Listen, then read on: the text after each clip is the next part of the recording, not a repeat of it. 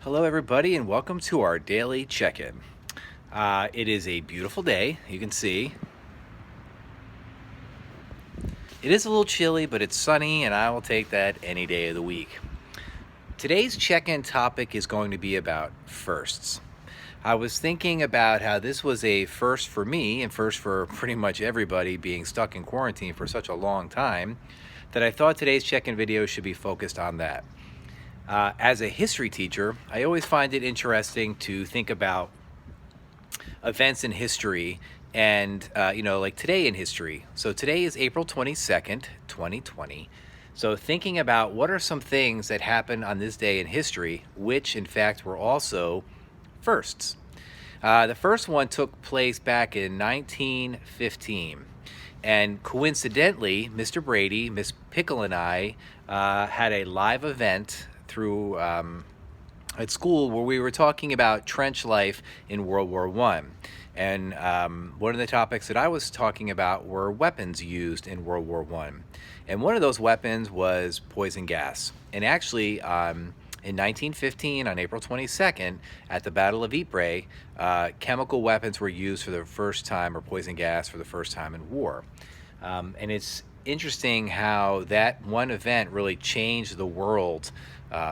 We know chemical weapons are bad. We know sometimes we use chemicals for things to clean, and such. But at that time, it was a first, and it was scary. But yet, they realized how bad it was, so they stopped using them. Another first took place in 1970, and is the 50th anniversary, and it was the first day that we celebrated Earth Day. And, looking outside and seeing the grass and the birds and the trees and the squirrels, which apparently are everywhere around here, you realize what an amazing planet we live on. And obviously we want to take really good care of it. I'm sure all your science teachers will be super thrilled knowing that you're doing things like recycling and, not wasting food and wasting resources to make this world a better place.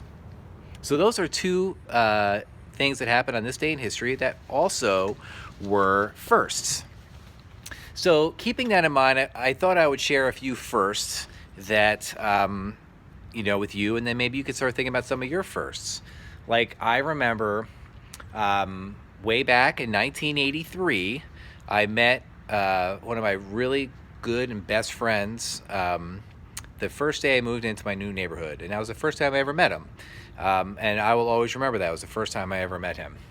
Now, I also think about the first time I ever met my wife, who at the time obviously wasn't my wife, but it was at a class at Boston University.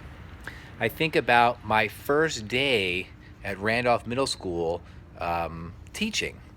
And I remember the first student I ever encountered who now is married and has a kid. And that kid's grandma works at Randolph Middle School. So I'd like to give a shout out to Mrs. Silvershots.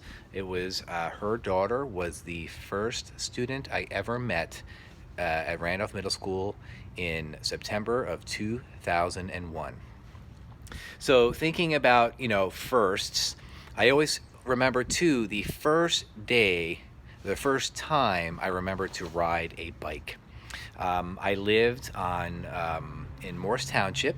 I was in, I think, second or third grade. I don't remember the exact year, but I remember the first time that those wheels started turning and I didn't fall, and I felt like $1,000,000. I thought, how cool was this that I could actually ride a bike? And seeing my daughters learn how to ride a bike for the first time was also something that stood out to me as a first. Okay, so I want you to think about, can you remember, your best friend that you have now? Do you remember the first time you met them?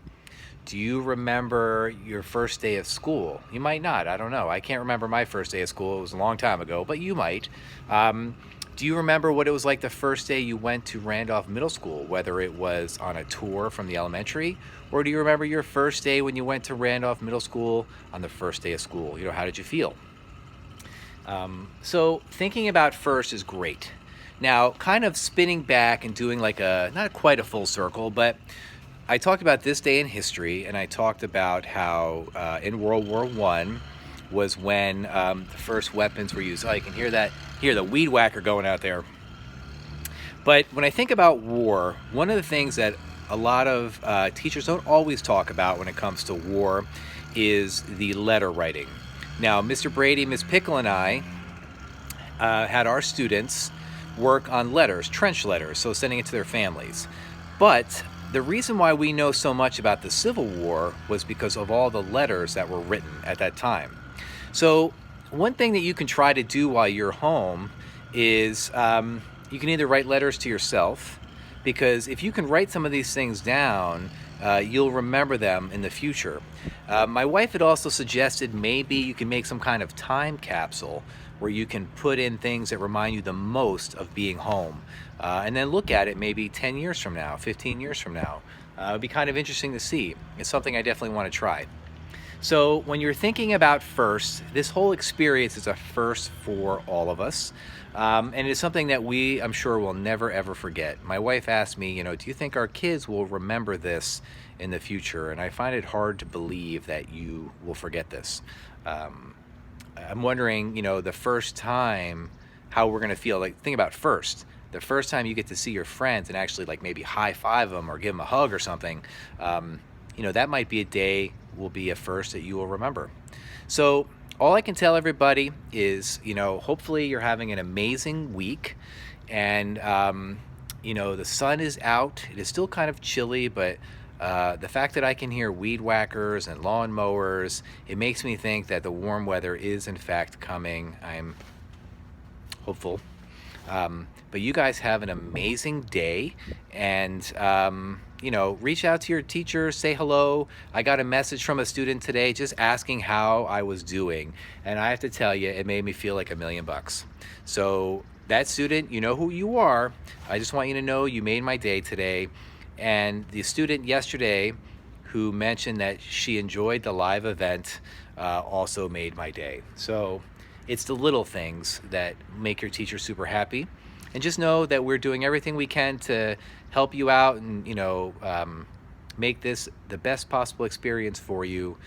But please reach out to your teachers, give them a shout out, give them a hello, see how they're doing, check in on them, because they spend a lot of time worrying about you guys and thinking about you guys. Throwing your teacher a bone is, saying, hey, I hope you're having a great day. It can go a long way. Okay? Have a wonderful day, everybody. And to all the parents that might be watching this, keep up the great work. All right? Peace out.